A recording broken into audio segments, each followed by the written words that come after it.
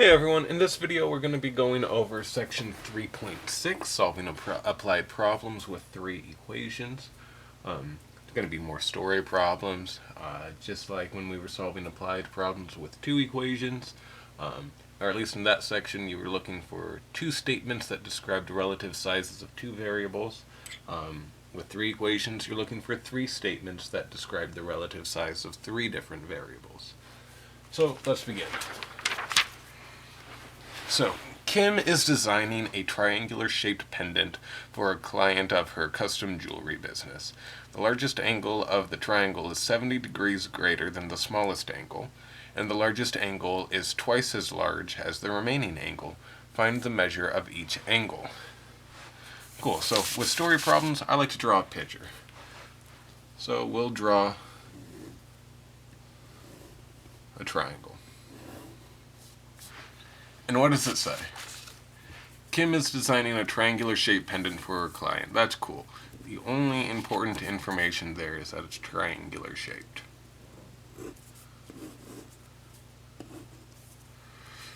The largest, and so it goes on, the largest angle of the triangle is 70 degrees greater than the smallest. Well, I'm going to call this angle X. I'm going to call this angle Y.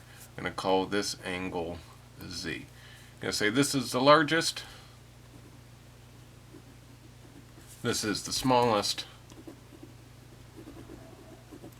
and that one is going to be the middleist. So, the largest angle in the triangle is 70 degrees greater than the smallest angle. So, the largest angle is 70 degrees greater than the smallest. And it also says the largest angle is twice as large as the remaining angle. So the largest angle is twice as large as the remaining angle. Find the measure of each angle. Well, right off the bat, it sounds like we only have two equations, but we know something else about x, y, and z. We've got a triangle, and we know that for any triangle on a flat surface, that the internal angle measures of that triangle must add to 180 degrees. So even though we weren't explicitly given three statements, we knew one. We knew one based off of the information provided.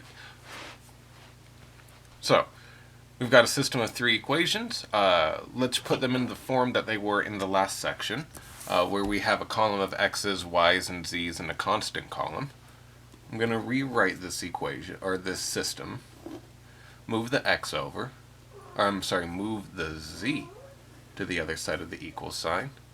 We'll get x plus no y minus z is equal to 70. We'll take this 2y and we'll move it over and get x minus 2y plus no z is equal to 0. And this last equation we'll leave alone.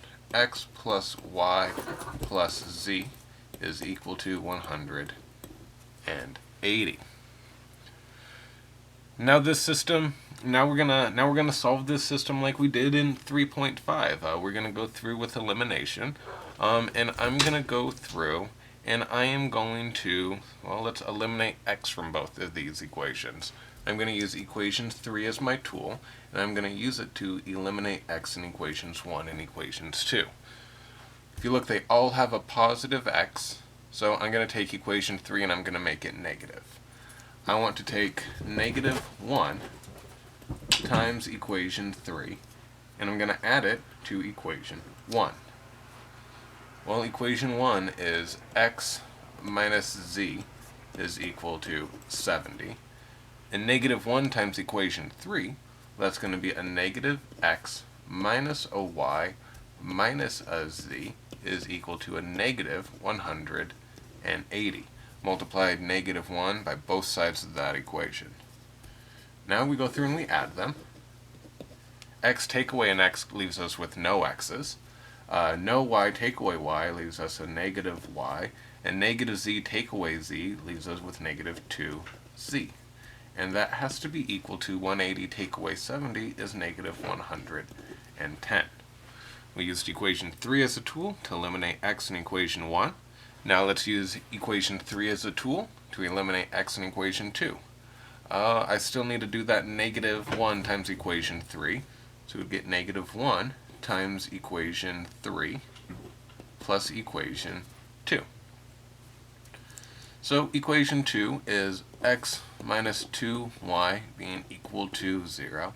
And negative 1 times equation 3 is negative x minus y minus z is equal to negative 180. We have this system. We go through and we add them. X plus negative x is no x. Negative 2y plus the negative y is negative 3y. And 0z plus a negative z is negative z. That's going to be equal to negative 180. Now, we've got this system of equations. We know that negative y minus 2z is equal to negative 110, and that negative 3y minus z, is equal to 180, negative 180. At this point, we want to solve this system of two equations with two unknowns. I'm going to solve it with substitution, and I'm going to solve the top equation for a positive y. That top equation, well, let's just take that top equation and multiply both sides by negative 1 to get a positive y plus 2z is equal to a positive 110. And that negative 3y minus z is equal to a negative 180. Once again, working with that top equation, that tells us that y is going to be equal to a negative 2z plus 110. We know what y is, so let's plug it into that bottom equation. Negative 3 times negative 2z plus 110. Bottom equation minus z is equal to negative 180. Going through like we have, negative 3 times negative 2z gives us a positive 6z. Negative 3 times 110 is going to be minus 330. We still have a minus z, and that has to equal to a negative 180. We'll gather like terms. That gives us 5z minus 330 is equal to a negative 180. We'll add 330. And 330. Take away 180. 213. That's going to be a 550. And so we get 5z is equal to 150. Divide both sides by 5. And we get that z is equal to 30. Kind of ran out of space. Perfect. I'm going to take what I have and I'm going to put it on the back side of the page just to give me more space. But so far we've figured out that this smallest angle is 30. So let's take that bit of information. We know that z is 30. And then we had this system of equations. I'll go back to this one. We'll go back to this one. Y plus 2z is equal to 110.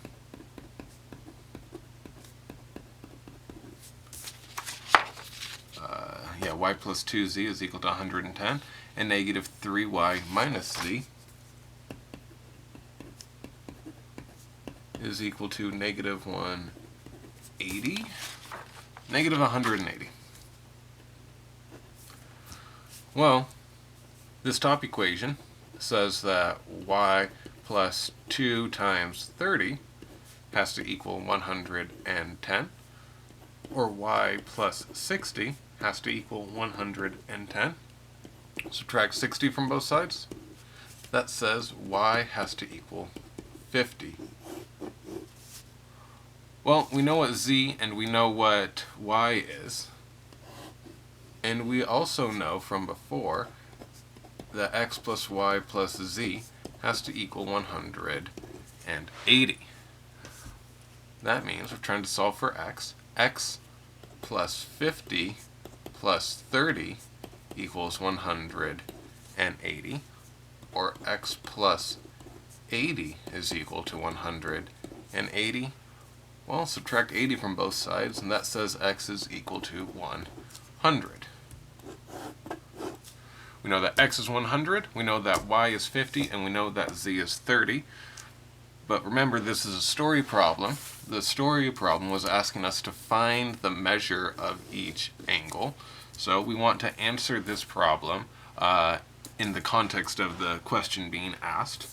We know that the smallest angle is 30. We know that the middle is 50, and then we know that the largest is 100, and these are all degrees. So, we solved a story problem that had 3 unknowns and 3 variables. We were only explicitly given 2 in the statement of the problem, and I'm leaving it up so you can pause and read it for yourself if you like. But we did know something else about the shape. We could come up with another equation because we knew that since we were dealing with triangles, all the internal angle measures had to add together to equal 180. Once we had a system of equations, then it was just like 3.5. We could ignore the problem momentarily, ignore the context of the problem, I should say, and then just blindly solve for x, y, and z. Once we solved for x, y, and z, however, we had to answer the problem in terms of the question being asked. It wasn't an ordered triple 150, 30. We actually had to say what these angle measures were. So let's do another example. So some airlines charge fees for baggage that is checked rather than carried with the passenger. A Spanish class flew to Costa Rica using an airline that charged $25 for 1 checked bag and $60 for 2 checked bags. Okay, so the 30 students paid a total of $1,120 in baggage fees for the 40 checked bags. How many students checked no bags? How many students checked 1 bag? And how many students checked 2 bags? Okay, so we got a lot of information here. We've got this class that's going to Costa Rica. We don't care about that first sentence really at all. That's just setting the stage. A Spanish class, we really didn't get any good information till about there. 25 for 1 checked bag, 60 for 2 checked bags. The class has 30 students in it. In total, they paid $1,120 for a total of 40 bags. Okay, so let's declare some variables. I'm going to move this out of my way real quick. We're going to let x be equal to the number of students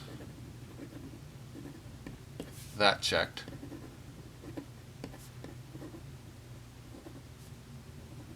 no bags.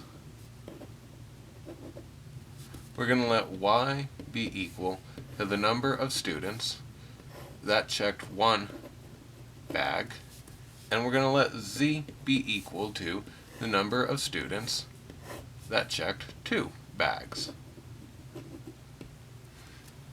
And then so, what do we know? Well, first off, we know the class size. We know that there's 30 students.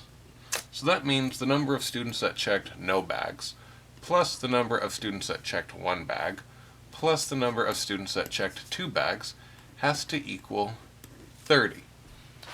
Okay?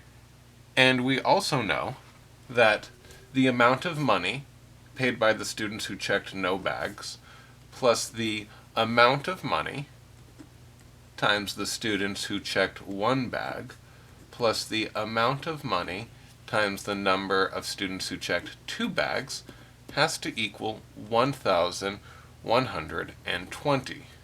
The amount paid by them plus the amount paid by them plus the amount paid by them had to be equal to the total amount spent. And we also know that there were 40 bags checked. That means 0, the number of bags checked by the students who checked no bags, plus the number of bags checked by the students who times the number of students who only brought one bag, plus the number of bags times the number of students who checked two bags, had to equal 40 bags sent in total. So this is our system of equations. I'm just going to rewrite it. I'm going to drop these zeros, and I'm going to not write the 1. We know that x plus y plus z is equal to 30. We know that 25y plus 60z is equal to 1,120. And we know that y plus 2z is equal to 40. So now we don't really need the story problem anymore. We'll look over it one more time before we're done to make sure that we answer the question appropriately. But now let's focus on this system of equation, this system of 3 equations with 3 unknowns. Well, we've been going through and we have been solving these by elimination. So let's make this middle equation. It's got some pretty big leading coefficients: 25, 60, 1,120. All these numbers are fairly large compared to the other numbers in the problem. So I'm gonna take this middle equation and I'm gonna divide both sides of the equation by 5, just to make those numbers a little bit smaller. And I'm gonna rewrite 25y plus 60z is equal to 1,120. Divide both sides by 5. 25 divided by 5 gives us 5y, plus 60 divided by 5 is 12z, and that has to be equal to 1,120 to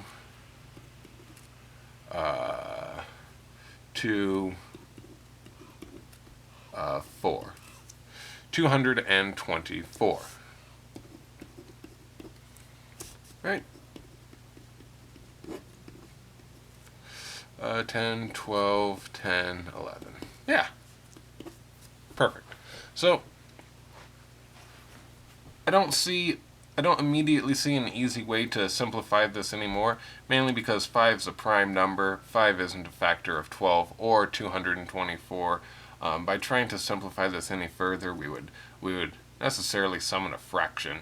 Let's see if we can get around that somehow.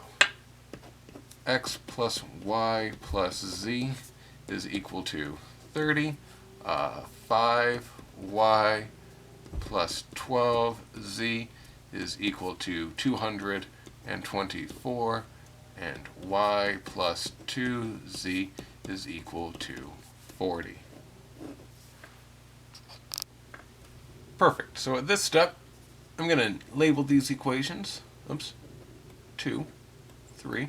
So we know which equations I'm talking about. I'm going to use equation 3 as a tool, and I'm going to use equation 3 to eliminate y's in equation 1 and equation 2. So, let's do negative 1 times equation 3, and circling those. Negative 1 times equation 3 plus equation 1. Well, equation 1 is x plus y plus z being equal to 30, and negative 1 times equation 3 is a negative y minus 2z is equal to a negative 40. When I go through and add both sides of these equations, x plus no x is x, y take away y is no y, and z take away 2z is negative z. That's going to be equal to negative 10. Perfect. So now let's do that with equation 2. We're eliminating y, so we would do negative 5 times equation 3 plus equation 2. Well, equation 2 is 5y plus 12z is equal to 224. And negative 5 times equation 3 would give us negative 5y minus 10z is equal to negative 200. Go through and add these equations. 5y take away 5y leaves us no y. 12z take away 10z leaves us with 2z. And then 224 take away 200 is left with 24. It's okay that this equation doesn't have x. Our goal was to eliminate y, and that's what we did. At this point, we can divide both sides by 2 and get z is equal to 12. Well, once we know what z is, we can plug it into this equation over here. X minus z is equal to negative 10. That means x minus 12 is equal to negative 10. Add 12 to both sides. And we get x is equal to a positive 2. Once we know what x and z are, I'm going to use this top equation. X plus y plus z is equal to 30. We know that x is 2. And we know that z is 12. That means 2 plus y plus 12 is equal to 30. Gathering like terms, y plus 14 is equal to 30. Subtract 14 from both sides to get y is equal to 16.